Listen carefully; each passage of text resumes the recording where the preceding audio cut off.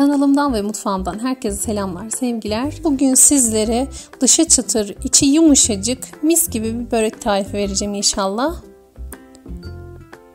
Buyurun hemen tarife geçelim.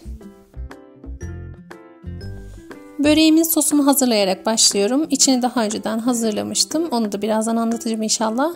3 su bardağı sütü bir kaba alıyorum. İçerisine 100 gram kadar eritmiş olduğum ve ılık olan margarin veya tereyağını ekliyorum. Yarım su bardağı zeytinyağı ekledim. Sıvı yağ da ekleyebilirsiniz. Ve bir paket de kabartma tozu ekliyorum. Malzeme listesini açıklama kısmına da yazacağım inşallah. Oradan bakıp yapabilirsiniz. Sos malzemelerimin hepsini güzelce karıştırıyorum. Ben bu börekte patates ve soğanlı bir iç kullandım. Siz dilerseniz kıymalı veya peynirli de ıspanaklı da yapabilirsiniz tabii ki de. 2 adet orta boy soğanımı kavurdum. Daha sonra içerisine 1 tatlı kaşığı dolusu kadar domates salçası ilave ettim. Hep beraber kavurmaya devam ettim. Daha sonra da 4 adet rendelenmiş patatesi içerisine ekledim. Patateslerim hafif yumuşayana kadar kavurmaya devam ettim ve daha sonra ılıması için bir kenara aldım. Yağlı kağıt serili veya yağlanmış fırın tepsisinin üzerine bir büyük yufkayı koydum. Ve kenarlardan daha sonra katlayınca düzgün olacak şekilde dışarıya doğru sarkıttım. Sosumdan bir kepçe dolusu kadar döktüm ve her tarafına yaydım.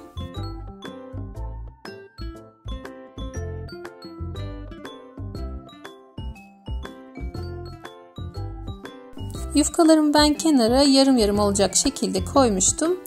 Şimdi de o yarım yufkayı çeyrek yufka haline getirdim, yani parçaladım. Ve tepsimi hafif buruşturarak yerleştirmeye çalıştım.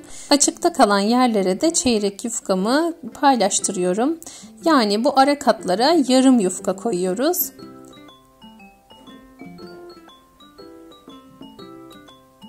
Üzerine tekrar sostan gezdireceğim ve her tarafına süreceğim. Bir kepçe dolusu kadar sostan koyalım ve her tarafına gezdirelim.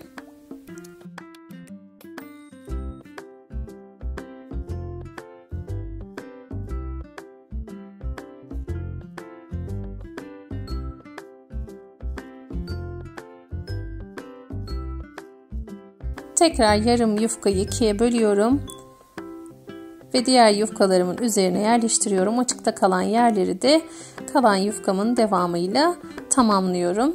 Buruştura buruştura koyarsak daha güzel oluyor. Sosumdan da bir kepçe kadar yine gezdiriyorum ve her tarafına süreceğim onu da. Sosumuzu kullanmadan önce şöyle 1-2 tur karıştırmayı ihmal etmeyelim.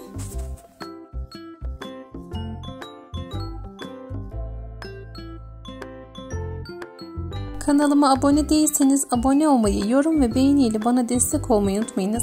Ayrıca zil butonunu da açarak yepyeni tariflerimden ilk siz haberdar olabilirsiniz. Tekrar yarım yufkayı tepsime koyuyorum. Yufkayı iyice yerleştirdikten sonra sosumu tekrar gezdireceğim. Ben yufka aldıktan sonra genellikle dondurucuda muhafaza ediyorum.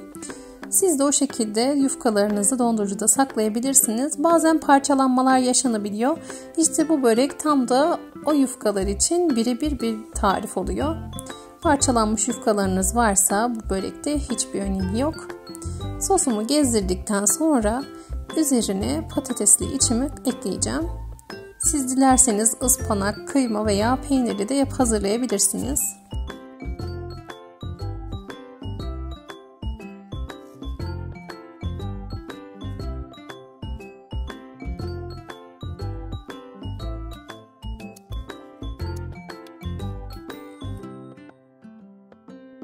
İçini bol bol koydum.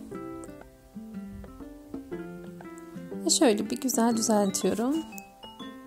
Bu patatesli içim için 2 adet kuru soğanı küp küp doğradım. Kavurmaya başladım. İçerisine 1 tatlı kaşığı dolusu domates salçası ekledim.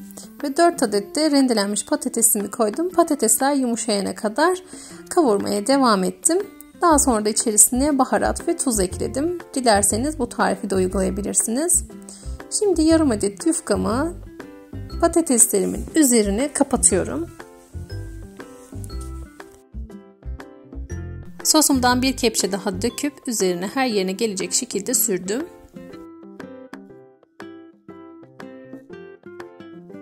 Hatırlarsanız ilk yufkamızı dışarıya taşıyacak şekilde koymuştuk. Bir tam yufkayı sermiştik tepsimize. Şimdi o dışarıda kalan kenarları içeriye alalım. Tekrar sosumdan bir kepçe daha döktüm ve üzerine gezdiriyorum. Son kalan yarım yufkamı da böreğimin üzerine her tarafını güzelce kapatacak, düzleyecek şekilde yerleştireceğim. Bu arada böreğimin üzerine yumurta sarısı falan sürmeyeceğim. Böreğimin sosundan süreceğim. O şekilde daha da lezzetli olacaktır. Ama siz dilerseniz yumurta sarısı da sürebilirsiniz. En son kalan yarım yufkamı da şöyle böreğimi kapatacak şekilde güzelce yerleştirdim.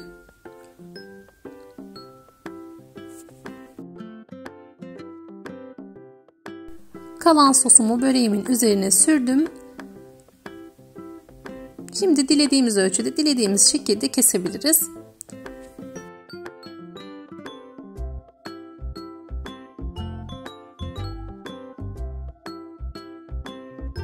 Böreğimizi dilimler haline getirdikten sonra üzerine susam veya çörek otu veya haşhaş da serpiştirebilirsiniz. 220 derecelik fırında üzeri kızarana kadar pişireceğim. Gerçekten de tadına doyum olmaz, harika bir börek oluyor. Mutlaka denemenizi tavsiye ederim. Böreğim pişti. Gerçekten de nefis oldu. Dışı çıtır, içi yumuşacık, harika bir lezzet. Sosunda yumurta olmayan bu tarifi umarım siz de beğenmişsinizdir. Kanalıma abone değilseniz abone olmayı, yorum ve beğeni ile bana destek olmayı unutmayınız. Bir sonraki tarifte görüşmek üzere. Allah'a emanet olun. Hoşça kalın.